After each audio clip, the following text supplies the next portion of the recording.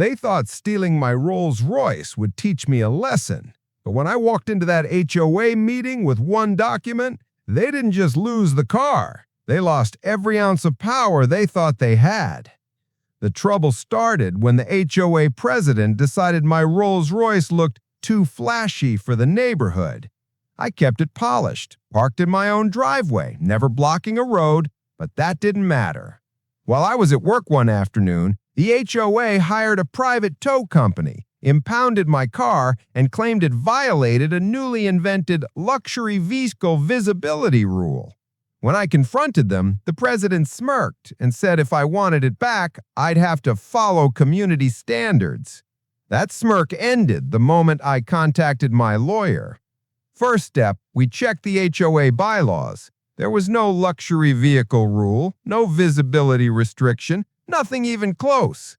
Next step, we dug into the towing statutes. The HOA had violated state property laws by towing from a private driveway without owner consent. That alone carried massive penalties. But the biggest blow came when we discovered the tow company wasn't licensed to operate on residential private property.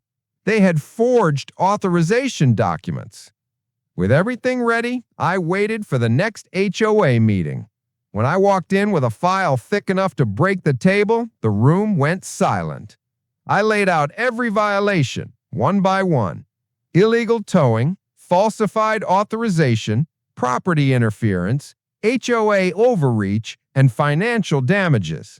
The lawyer representing the HOA nearly choked when he read the fines. By law, they had 48 hours to return the vehicle, pay for any damage, and compensate me for unlawful seizure.